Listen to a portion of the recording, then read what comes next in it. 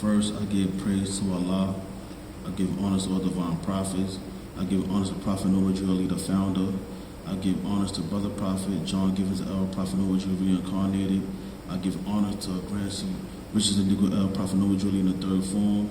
And I give honors to grandson Timothy L. Noah Jewelry. I'm grandson Yousef-Bey. Peace. Peace. Peace. So you can be seated.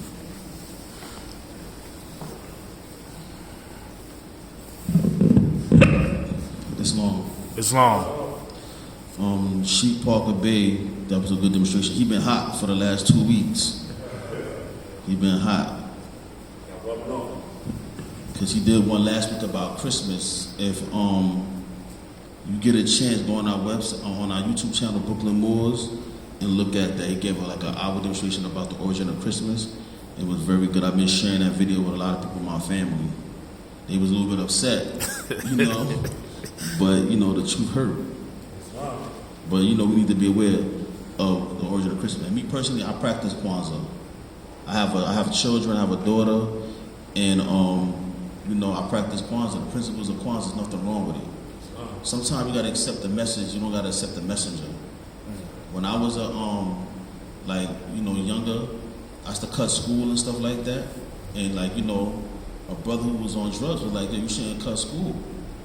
Now, I could look at him and be like, you know, I'm not listening to him because look at the conditions he's in. But he gave me a message that was the right message. I didn't have to look at the messenger, I could look at the message he gave me.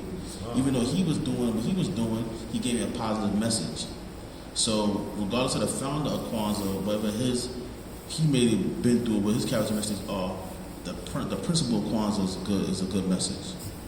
So, I've been doing Kwanzaa since my daughter been born and she's about to be 10. So, we've been doing Kwanzaa every day since Kwanzaa started. When I go back home, we got to do the one for today. It's long? It's long.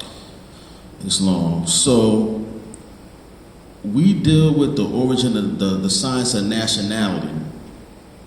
And when you study the Bible, there's a great character in the Bible that majority of the world love a lot. And this person is called Jesus. That's right. Now, Jesus had a nationality. Like any other man has a nationality. Correct? It's long. So we got to find out what was Jesus' nationality. And do we share the same nationality as Jesus? Islam? It's long. Because that divine prophet indeed had a nationality. His nationality is found all throughout the Bible.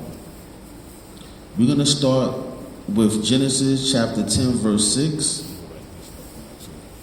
Because we as Moors, we deal with the Bible, we deal with the big Quran, we deal with the Moorish Quran, we deal with the Maccabees, we deal with any other books, we could correlate them all together.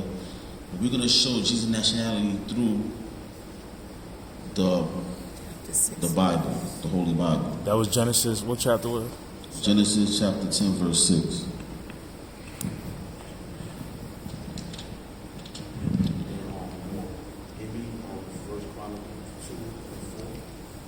Genesis 10, verse 6. And the sons of Ham, Cush, and Mizraim, and Phut, and Canaan. So we got the sons of Mizraim. Anybody know what's that in the Bible? What's Mizraim?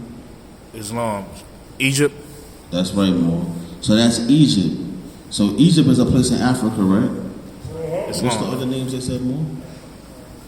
Ham. Anybody know where's Ham? What's Ham? Ham was one of Noah's sons. Yeah, but what is it today? The Hamites. No, not I said pork. Huh? Oh, still called the food? Nah, no ham here. No pork over here, man. No, Turkey I'm ham. still skeptical because of the name say turkey ham. I'm like, I don't know. Hey, that's crazy because my older brother, he asked me what I ordered at the sandwich spot. I ordered turkey pastrami.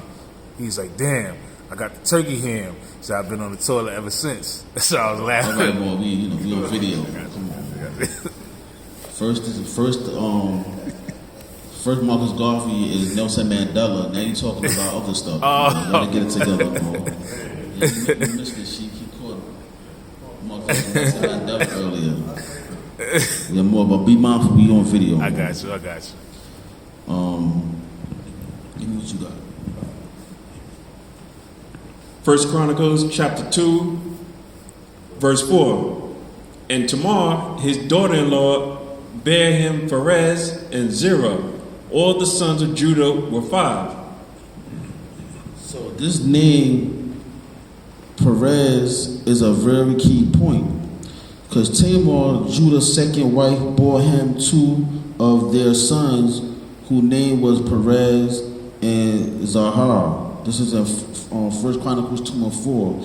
These 2 names appear in the genealogy of Jesus the Christ in the book of Matthew, chapter 1, 3rd verse. Can anybody give me chapter 1, 3rd verse in Matthew? Matthew chapter 1, 3rd verse. And Judah begat Pharez and Zerah of Thamar. And Pharez begat Ezram, and Ezram begat Aram. All right, are y'all gonna follow me now? We're gonna get into this.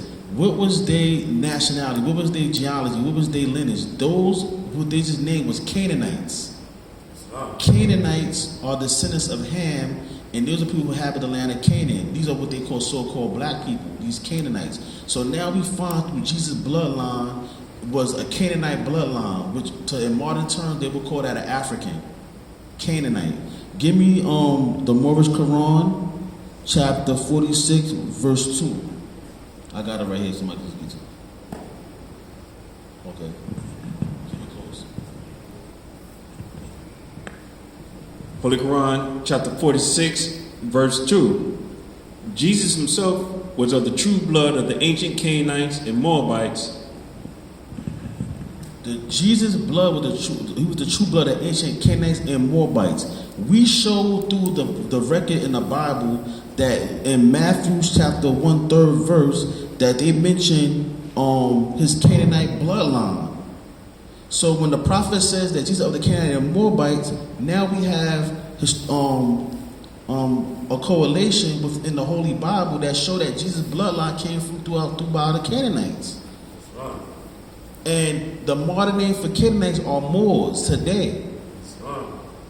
So now it coincides with the prophet in the Moorish Quran, and now we find in the Bible in Matthew 1 verse 3 that Jesus had this Canaanite blood. So it is no trouble to see that Judah, whom Jesus was to come, Jesus was of the seed of David, according to the flesh. David is the 10th man from Judah in the genealogy of Jesus the Christ. Give me Matthew chapter 1, 3 to 6. Whoever get it first. Are y'all following me? It's long. We're dealing with bloodline. We're dealing with genealogy. We're dealing with nationality. Because we should all be able to trace our nationality. And it's not going to be traced back to anyone who's black, Negro, colored, or Ethiopian, because those are not national. Those are brands put upon us during the time of slavery. But everybody has a bloodline and a genealogy that can trace itself back. You got it? Yeah, chapter 1, verse 3 to 6.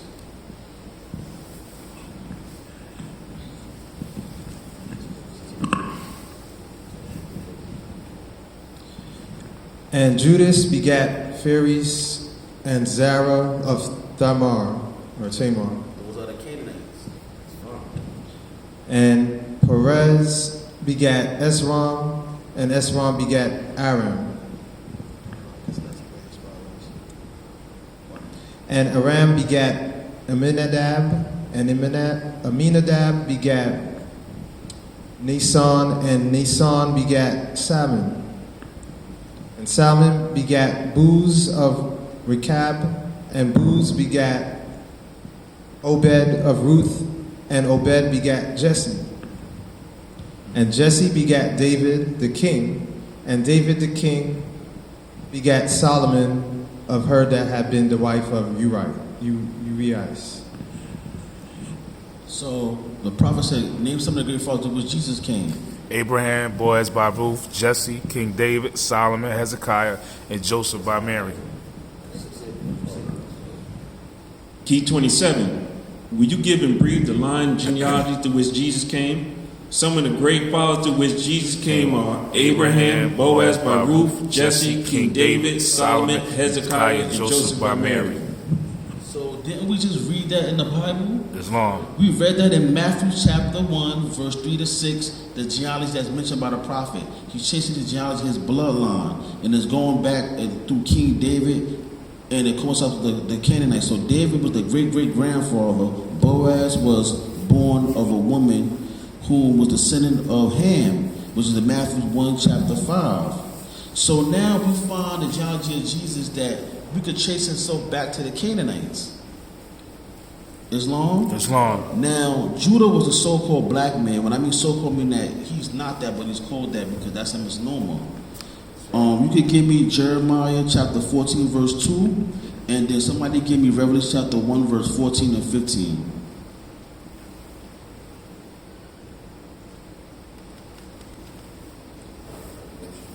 All right, what you got? Revelation. All right. Judah mourneth, and the gates thereof languish.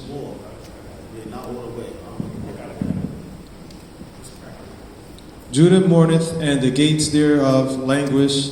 They are black unto the ground. They are black unto the ground. So that's a description, not an identity, not a nationality. They're describing Judah as being black or dark to the ground, meaning that he has a dark hue, but that's not his nationality, that's not his identity. Islam? Revelation, first chapter, verses 14 and 15. His head and his hairs were white like wool, as white as snow, and his eyes was as a flame of fire. So he got white woolly hair, right? Islam. And his feet like unto fine brass, and if they burned in a furnace, as if they burned in a furnace, and his voice as the sound of many waters. Islam. So he has feet like brass, like it burnt in a furnace. What color is brass? Brown. Brown. And when you burn it, it becomes dark. So Jesus, as we study the scriptures, he's from the tribe of Judah, and Judah is black unto the ground, which is a description, not an identity. And then we see that they trace his lineage through Canaanites, who are descendants of Ham, and Ham is modern day Africans, and Canaanites are Africans, and we know Africans are dark people, and the modern name for Canaanites are Moors. So now we see that Jesus is the descendant of the ancient Canaanites and Moabites through Ruth, who was a Moabite. That's right. So our prophet Noble Julie said that we're descendant of the ancient Canaanites and Moabites. So that means that we are of the same royal bloodline as the prophet Messiah Jesus. Islam. So if Jesus was here in this modern day and time, Jesus would be a Moor. We are Moors. So now we have a national identity. We are descendant of Moroccans born in America. We are Moorish Americans. We have a national flag, which is the Moorish flag, which is over 10,000 years old. It represents love, truth, peace, freedom, and justice. You see us with our national headdress on, which is a fez or a turban. We carry the title El or Bey. El meaning power or God, and Bey meaning ruler or governor. And those are our names that connect us back, because when you have a name of a slave master, you owned by that slave master. When you have a dog and you name that dog, then what are you? The owner of that dog, right? So when you walk around and you got the name Jackson, Smith, Jones, these are names given to you by your slaveholder, and you stole their property. So what we do as Moors, we annex the title El or Bey to our slave name given at birth.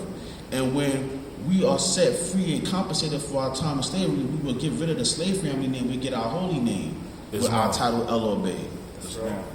It's a process that we're going through. So for instance, I'm a Bey, and that means a governor. That connects me back to the old Moroccan Empire. When you see the brother with the L, that connected back to the old Moroccan Empire. One time I was at work, and I met a brother who was from Iraq, and he asked me, why do you have the title Bey for? Are you black? Because blacks don't have that title. And I told him, no, I'm not black. I'm a Moor. He knew automatically that was a title that was of nobility. Another instance, I got in a cab with a brother from India, and you know he was racially profiling. He was like, "Oh, you got to pay me now," and I'm like, "Why I got to pay you now? I'll pay you when I get to my destination." And then he had zikr beads, which is prayer beads in the in front of his car. I said, "Oh, those are prayer beads." He said, "Yeah, I got them from Mecca." I said, "Oh, yeah." I said, "Well, I'm a Bey." He looked at me. He said, "Are you from India?" I said, "No, I'm from here." He said, "Oh, because my family's Beys." And he's like, "How did you get the term? How you get the title Bey from over here?" And I explained to him the Moorish history. He's like, "Oh, brother, I'm so sorry. You don't got to pay me for the trip. I didn't mean to disrespect you like that. You don't have to pay me." And it was a ride from Queens to Brooklyn. He didn't charge me. I'm just saying that, you know, when you have a title to your name, L.O. Bey, you know, it's a beautiful thing. I just had, you know, 2 twins, and they born with Beys on their name. You know, my daughter's born with a Bey on her name. But it's just a beautiful thing to know that, you know, they got these titles on their name. They're going to be born with the title Bey, because it connects you back to your empire. And, you know, what if you was at work and you saw a Chinese guy at your job, his name was Tyrone Jackson. You'd be like, "Yo, how you got the name Tyrone Jackson?" That would look weird to you, right? Yeah. But yeah, we walk around every day with European names and we think we're perfectly fine. You said the world looking at us, but because we used to be in a slave condition, we have no problem walking around with European names. But if we saw the Chinese guy with Tyrone Jackson, we'd be like, "Yo, what happened to you?" But we make it normal in our minds to walk around with European names. It just don't make no sense. So I just wanted to show that, you know, the importance of nationality. And then Jesus had a nationality from the tribe of Judah. He could trace his lineage also through the Canaanite nations, and that these people exist in the land of Canaan. And he has a nationality. We have a nationality. It's allegedly said that the prophet said that Jesus was our brother. So if he's our brother, then what are we? We from the same tribe as him. That's right. Islam? Islam. Okay, now I'm gonna get into a little demonstration. That was just, you know, just to give you an idea of nationality related back to Jesus, because these lessons for those who love Jesus, right? Islam. And we all grew up loving Jesus. Yes. I know my grandma used to always be singing them songs, them hymns and everything while she was cooking. But I got my grandmother to stop messing with pork though, so I'm happy about that. I don't know when she went back down south, she started messing with it again, but when she was up here, she wasn't messing with it. So, y'all might not know, but the followers of Jesus was not called Christians. They were not called Christians. They were called Nazarenes. Nazarenes they were called. And, you know, this term can be found in the Moorish Quran, the term Nazarene. If you could get it from me, Sheikh, that'd be good. Because I don't want anyone in the YouTube world to think that, you know, Temple 21-3 is going off, or we going into some type of strange doctrine, because we stay in accord with the Prophet Noble Drew Ali.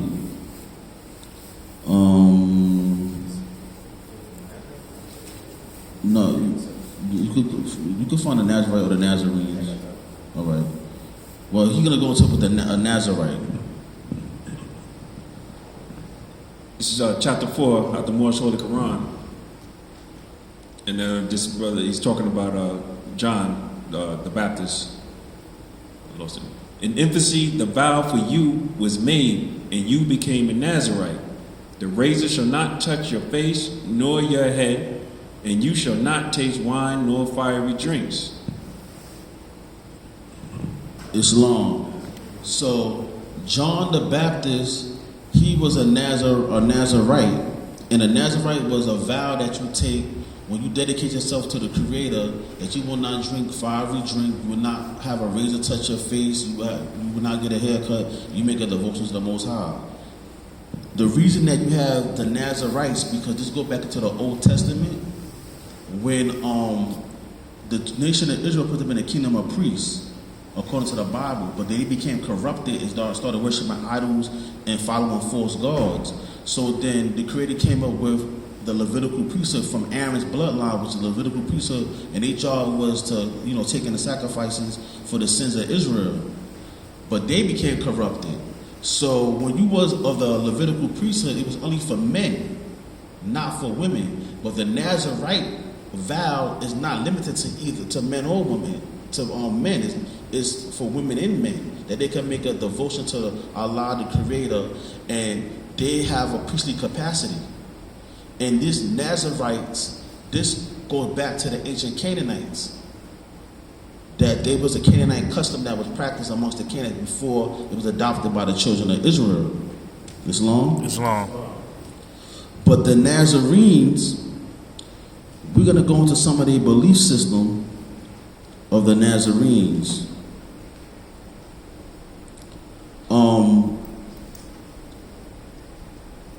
The Nazarenes, they believed in the Old Testament, which is called the Torah. That means that they didn't eat pork. They prayed towards Jerusalem, towards the east. They followed the Levitical law, which was not to shave your facial hair, these things. So if we all with our forefathers are without a doubt or contradiction, we adopt some of those customs that put us back in our old time frame of mind, back to the old time religion. So I advocate Islam.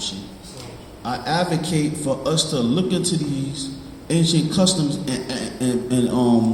put this to our life. You got something else?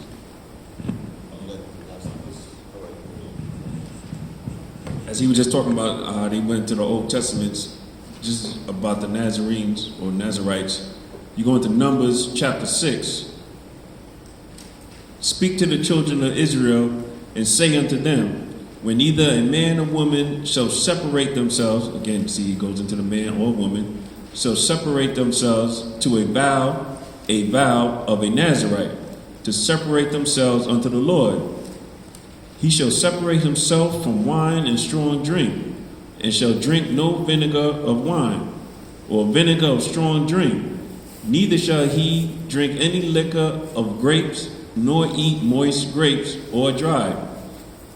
All the days of his separation shall he eat nothing that is made of the vine tree, from the kernels even to the husk.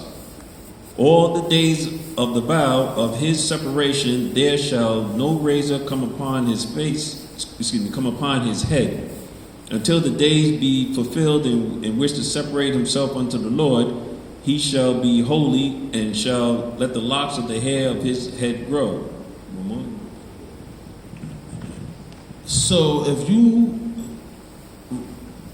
remember what he just said and read through there, and he read the Moorish Quran about John, a razor should not touch his face, it's the same that's mentioned in the book of Numbers. So this was an order that was not limited to men only, that women could be a part of this order, and this was a priestly order that you could make a devotion to the Creator.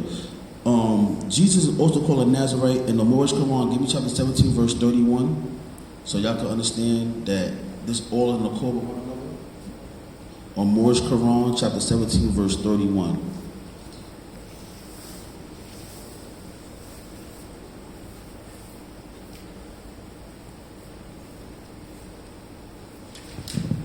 Because we love Jesus, right? Remember, we love Jesus. That's right.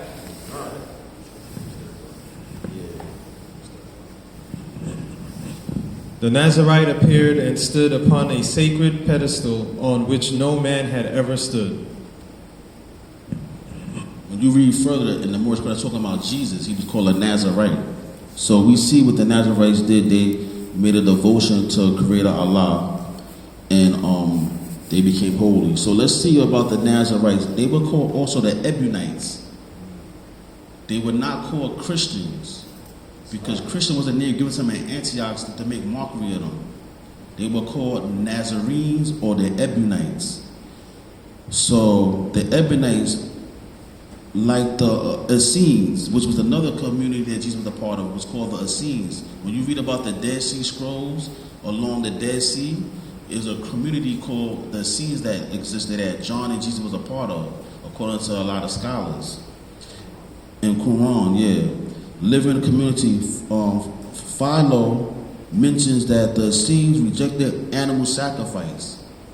That means that the Essenes, or the followers of Jesus, the Nazarenes, they rejected animal sacrifice. They did not sacrifice animals. This is according to Philo. Give me the Moorish Quran, chapter 8, verse 16 to 22.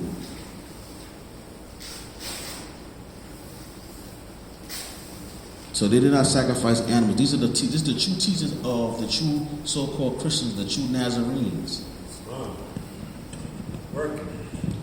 And then the people asked, "To whom shall we bring gifts? Where shall we offer sacrifice?"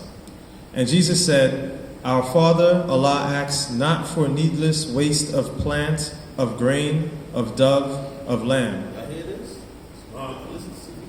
Listen to the message in this principle in this. And Jesus said, "Our Father, Allah asks not for needless waste of plant, of grain, of dove, of lamb, that which you burn on any shrine you throw away. No blessing can attend the one who takes the food from hungry mouths to be destroyed by fire. When you would offer sacrifice unto Allah, just take your gift of grain or meat and lay it on the table of the poor." Don't that make sense? Don't that make sense? It's long. From it an incense will arise to heaven, which will return to you with blessedness. Tear down your idols, they can hear you not. Turn all your sacrificial altars into fuel for the flames. Make human hearts your altars, and burn your sacrifices with the fire of love. The fire of love. Don't we all need love? Don't we want some love? It's long. I could use some love. Ain't no wrong with a little bit of love. And all the people were entranced, and would have Jesus as a god. But Jesus said, "I am your brother man, just come to show the way to Allah. You shall not worship man. Praise Allah, the Holy One." It's long. It's long. Now in church, we ain't talking anything about any organized group, but in church they worship Jesus. That's right. But throughout the Bible, you would never find nowhere in the Bible Jesus said to worship. We always talk about worshiping the Father that sent him. But when you become an idol worshiper, you start worshiping man. We can honor man because when man honor man, honors Allah. It's long. And this is what happens with us, period, in life. We get caught up in worshiping personalities, worshiping people, like movie stars, rappers, politicians. We get caught up in worshiping people and not realizing that becomes idol worship, because these people are called they're idols. That's what they call them. And we can't do that. We gotta honor man. We gotta recognize the God divinity within each and every one of us. We can't worship one another. And sometimes when people be in position of authority, especially amongst religious organizations, that person who's the head of that organization try to promote himself as some type of deity, and then people get to worship that person, and he can't do no wrong. You can't question that person. You can't ask him a question, because everything he's doing is right, because he is the representative of God, or sometimes he's God himself to people subconsciously. And that becomes codish, like a code, because now you're just following something blindly without questioning it. That's right. Here, we recommend anybody ask us any questions, because no one here is greater than no one here. Everybody's equal. We got to just bring out the best out of each and every one of us. It's long. See, we are Muslims, but we not the Muslims that you see in the East that blow themselves up and suppressing women. If you notice here, when women come in, they sit in the front. That's right. They don't sit in the back, because we got to get this message to you first, because if you teach a man, you teach an individual, but you teach a woman, you teach a nation. Wow. Because if I know this, I just body knows I might get a couple of brothers, but if a woman knows they have children, they can communicate this message more greater to the nations of the world than a man can. That's and right. Some say that Jesus had women disciples, he might have had his mission would have been greater if he had women instead of only men. They said a lot of the prophets, they have more women with them than men. Their mission would have been lasted longer than what they lasted. Because once that man that left the scene, those men began to kill each other, and their religion became corrupted. When you read the Bible, Mary was one of the ones who stayed faithful to Jesus and his teachings. When they started bickering amongst each other, the disciples and everything like that. So that's the reason we have the sister sit in the front, because this message is for everybody, but we definitely want to give it to the woman. That's why you see the prophet never really holding a woman, because she is humanity. Because the message got to go to the woman. And when you look at the resurrection, now he's standing over. He got her down, because how can a man defend his woman if he's holding on his hand? So now he's holding a sword over her, ready to protect her. That's right. There's another phase to this one time that I'm not going to get into, but there's another phase to this too.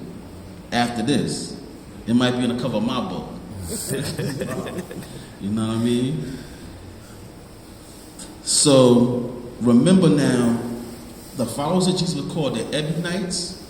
They were called the Nazarenes. They were also known as the Essenes. This group, they rejected animal sacrifice, which is in accord with the Moorish Quran, and the Ebionites believed in the laws of Moses. The Ebionites believed in the laws of Moses, which is the Old Testament. But when you go to church, they tell you that what?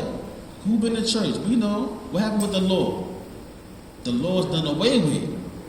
There's no more law no more, and now we're under a new covenant. So now you can eat pork, you could do what you want to do, and then before you die, you say, Jesus, you my Savior. All my sins are wiped away. I could have been causing hell on earth for the 30 years of my life, being the worst person on planet Earth. But this last moment, I'm going to say, Jesus saved me, and all my sins are wiped away, and I could go to heaven. There's no accountability. But we have to have a law structure in everything we do. That's right. If you go to work, it has to be some type of structure or law that you, and guidelines you got to follow to make everything run smoothly. It has to be some type of order. So if you don't have no order in life, how can things run smoothly? Imagine today the sun decided to say, I'm not going to shine today. What's going to happen to the earth?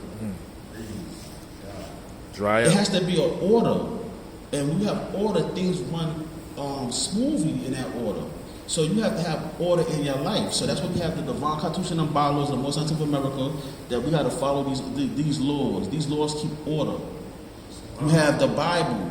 The Old Testament has laws that was given to the children of Israel, and those laws kept order. So how you going to say now there's no more law, and we just have grace? No, we have grace too, don't get me wrong, but you also still have the law. So the Nazarenes, or the Ebionites, believed in the laws of Moses. When you read the laws of Moses, that means that they kept the Sabbath. That means Jesus kept the Sabbath. That means Jesus didn't eat pork. That means Jesus, he prayed towards Jerusalem. That means Jesus, he didn't cut his facial hair. These are certain things that they believed in. But denied that the written book of Moses was the same as this law. The scripture had been corrupted with a false text. So, give me the big Quran, chapter 2, verse 74. So they believe that the Torah was the laws of Moses, but they believe at one point the Torah became corrupted. Is this in accord with Muhammad in the Quran of Mecca? Surah 2, ayat 74. Then your hearts hardened after that, so that they were like rocks, rather worse in hardness. And surely there are some rocks which stream burst forth. Two stroke. Give me 72, chapter 2, verse 79, 74.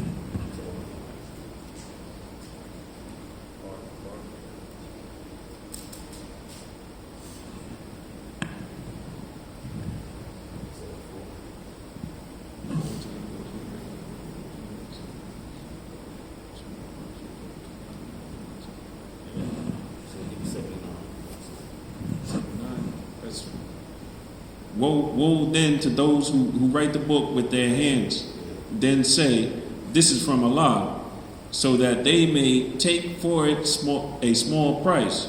So woe to them for what their hands write, and woe to them for what they earn. So this is saying that in the big Quran that the Jews, they tampered with the Bible, the Torah. Just like the Nazarenes or the Ebionites believed. They believed in the laws of Moses, but they believed that the text was tampered with, a false text. The Ebionites taught that Jesus, as a prophet, in fact, a true prophet, predicted by Moses in Deuteronomy 18, verse 15, verse 18. So they believed that this also the Holy Quran of Mecca, chapter 19, verse 30. The Ebionites believed that baptism is important for salvation. It replaced animal sacrifice. So they believe that you don't have to sacrifice animals, that baptism was in its place. I know if anybody's on point, they're going to go to the Moorish Quran for me. When they talk about baptism, who get that for me? When Jesus learned about baptism in the Moorish Quran? You know, I got 3 sheiks. I got my brother man. Somebody can get that for me. Muhammad already know where to go.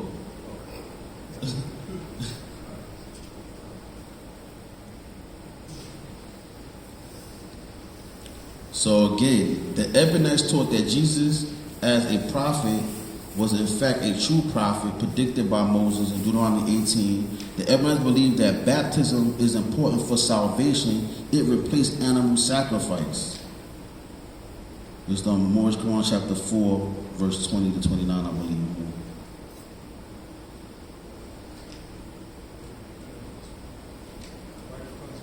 You got it?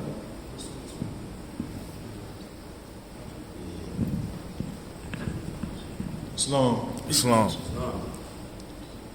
Chapter 4, verse 22. This rite of cleansing and this temple are but symbolic of the soul, which does not come with outward show, but is the temple within. Let me read prior. Verse 19.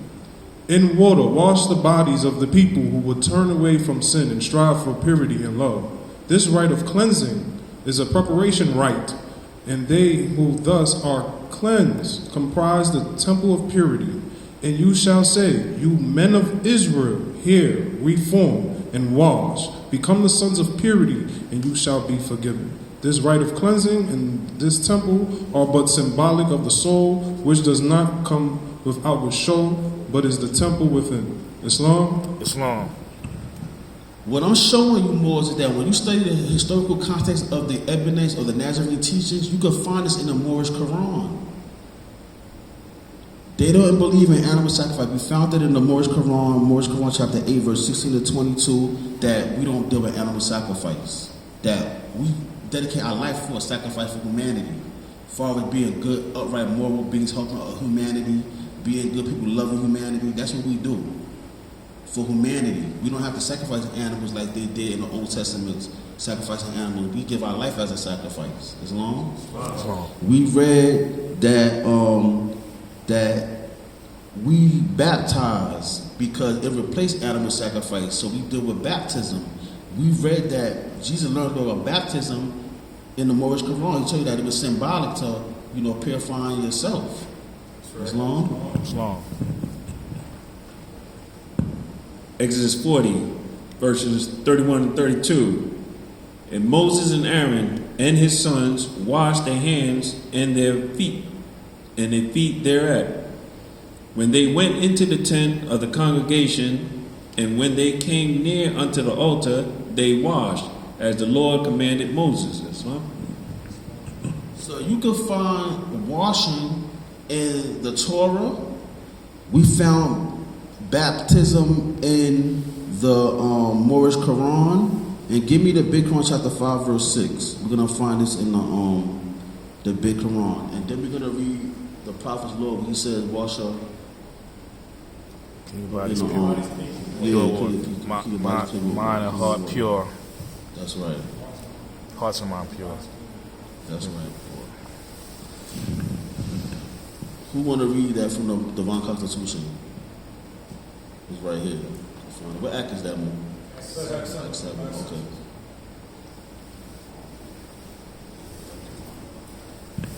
Islam. All Moorish Americans must keep their hearts and minds pure with love and their bodies clean with water. This divine covenant is from your holy prophet, Noble Drew Ali, through the guidance of his father God Allah. Islam? Islam. So the prophet is telling us about water. Keep your body and mind clean with water. We read in the scriptures about water. We realize he taught us that it's symbolic to keeping our soul and spirit purified. And we're going to read here. That's it.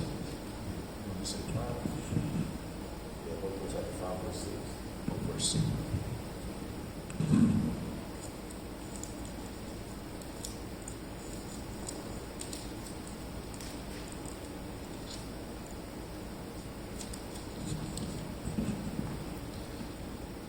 Holy Quran of Mecca, Surah 5, Ayat 6.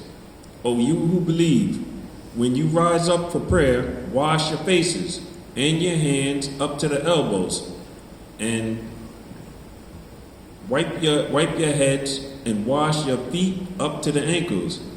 And if you are under that obligation, then wash yourselves. And if you are sick or on a journey, or one of you comes from the privy, or you have had contact with women, and you cannot find water, betake yourselves to pure earth and wipe your face and your hands therewith. Allah desires not to place a burden upon you, but He wishes to purify you, and that He may complete His favor on you, so that you may give thanks. It's long. So what my conclusion is to show you that Jesus was the sin of the ancient Moabites and Canaanites. We show that through the scriptures. We show the correlation with the Holy Bible in the Moorish Quran and the 101s. We show also that he's from the tribe of Judah. We show that the tribe of Judah was described as being dark skinned. We describe Jesus as being having woolly hair and dark skin, and that he said that he's here for his brother man, which is us. So if he's our brother, then he looked like us. Islam. We could trace his genealogy back. So we better trace our genealogy back. So he has a nationality, and we have a nationality, and we share the same nationality. And in modern day times, that nationality is a Moorish American. That's right. Islam. Then we trace to show that the true teachings of the Christians or the Nazarenes we can find throughout the Moorish Quran. So us Moors who have the same nationality as Jesus, we have the same practices as Jesus. Far as we don't sacrifice animals. We deal with baptism, the purifying of the soul. We believe that Jesus is the one predicted in Deuteronomy 18, but that goes a little more deeper than just that. But I don't got time to go into all of that right now. And it also says the Nazarenes were active in the Nabateans, which extended into northern Arabia before Muhammad came. So they were actually in Arabia, in northern Arabia, which we know which is the land of Canaan. These Ebionites. So this is a historical context of the true teachings of Jesus, what they really believed and what they really taught, and now we also have this nationality genealogy, and now we can see that we are correlated with that. So nationality is the order of the day, but it's also with a lifestyle that goes with that. He believed in the laws of the Old Testament. That means he followed Leviticus chapter 11, which is the dietary law. So you need to read, that's our basic dietary law, which is Leviticus chapter 11. But those who want to elevate to a higher level of your diet, there's nothing wrong with that. But that's the basic dietary law. Is Leviticus 11. That means he followed those same things. So if we want to be Christian, we want to be Christ-like, then we got to act like Christ. We got to try to be like him. We got to try to walk in Christ's footsteps by studying what he did. And when you study the Moorish Quran, which is the 18 missing years of Jesus' life, because how can you be like Christ or be like Jesus if you don't have the 18 missing years of his life? Right. You're missing a big portion. Because the Bible starts from being 12. You don't hear from him until he comes back at the age of 30 and gets baptized. Then at 33, he's no longer here no more, because this book tells you that he went to Egypt after that. So with that, I say peace. Peace.